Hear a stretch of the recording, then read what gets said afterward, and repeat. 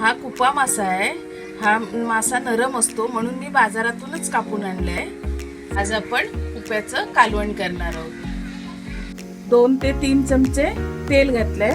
आता हा बारीक कांदा एक कापलाय। कांदा घालायचा, थोडा लालसर झाला की आपण टोमॅटो टाकायचा।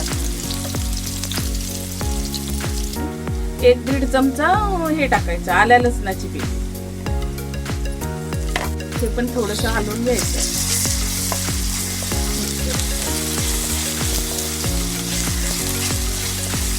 आता एक बारीक चिरलेला टोमॅटो,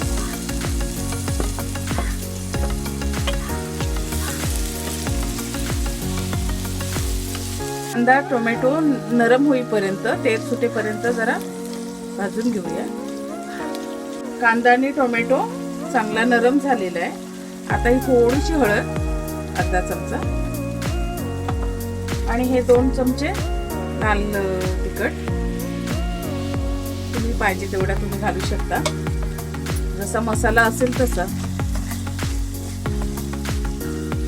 त्याला पण थोडं तेल सुटू दे। आता मसाला पण भाजलेला आहे। आता हे अर्धी वाटी मालवणी वाटण टाकते।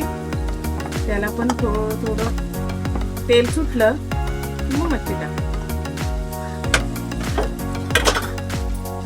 आपण तेल सुटलेलं आहे। आता आपण ह्याच्यात 1 चमचा गरम मसाला घालूया, 1 चमचा मीठ,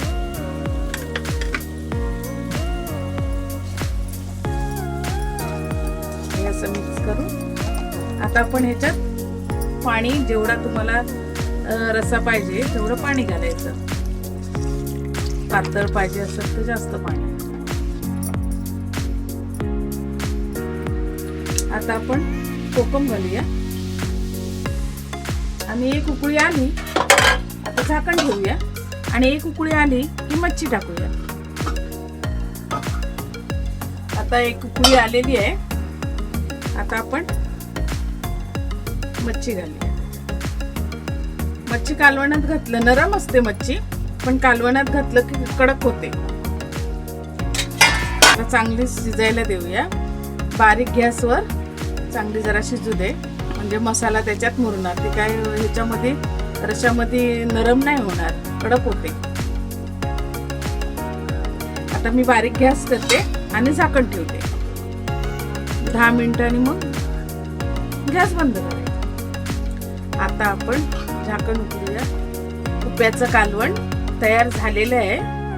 आता आपण गॅस बंद करूया आणि वरून कोथिंबीर